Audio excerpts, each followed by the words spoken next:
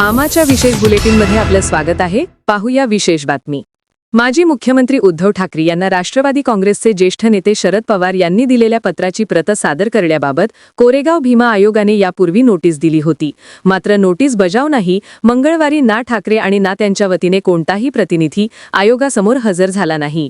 या गैरहजेरीची दखल घेत प्रकाश आंबेडकर यांच्या वतीने त्यांच्या वकिलांनी आयोगाकडे अर्ज दाखल करत उद्धव ठाकरे यांच्या विरोधात अटक वॉरंट जारी करण्याची मागणी केली आहे. या अर्जावर आयोगाचा निर्णय अद्याप राखून ठेवण्यात आला आहे. कोरेगाव भीमा दंगल प्रकरणी आयोगाकडे सुनावणी सुरू आहे. या सुनावणी दरम्यान आयोगाने पवार यांनी दंगलीबाबत तत्कालीन मुख्यमंत्री उद्धव ठाकरे यांना दिलेल्या पत्राची प्रत उपलब्ध करून देण्याचे आदेश दिले होते. शरद पवार यांनी ते पत्र त्यांच्याजवळ उपलब्ध नसल्याचे कळविल्यानंतर ते पत्र ठाकरे यांच्याकडून सादर करण्याची मागणी करण्यात आली होती. त्यानुसार त्यांना नोटीस पाठवण्यात आली होती, परंतु त्यांच्याकडून कोणताही सकारात्मक प्रतिसाद आला नाही.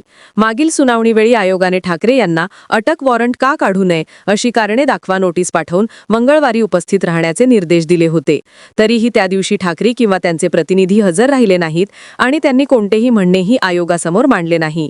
यामुळे आंबेडकर यांच्या वकिलांनी दाखल केलेल्या अर्जात असा आरोप केला आहे की शरद पवार यांनी दिलेल्या पत्राची प्रत आणि इतर आवश्यक कागदपत्रे सादर करण्याकडे ठाकरे यांनी दुर्लक्ष केले आहे. त्यामुळे त्यांच्या विरोधात अटक वॉरंट जारी करणे न्याय्य आणि आवश्यक ठरेल अशी मागणी ॲडव्होकेट किरण कदम यांनी केली आहे. या प्रकरणी आयोगाचा निर्णय अद्याप जाहीर झालेला नाही. बातमीला लाईक करा, शेअर करा. आमा चॅनलला सबस्क्राईब फॉलो करायला विसरू नका.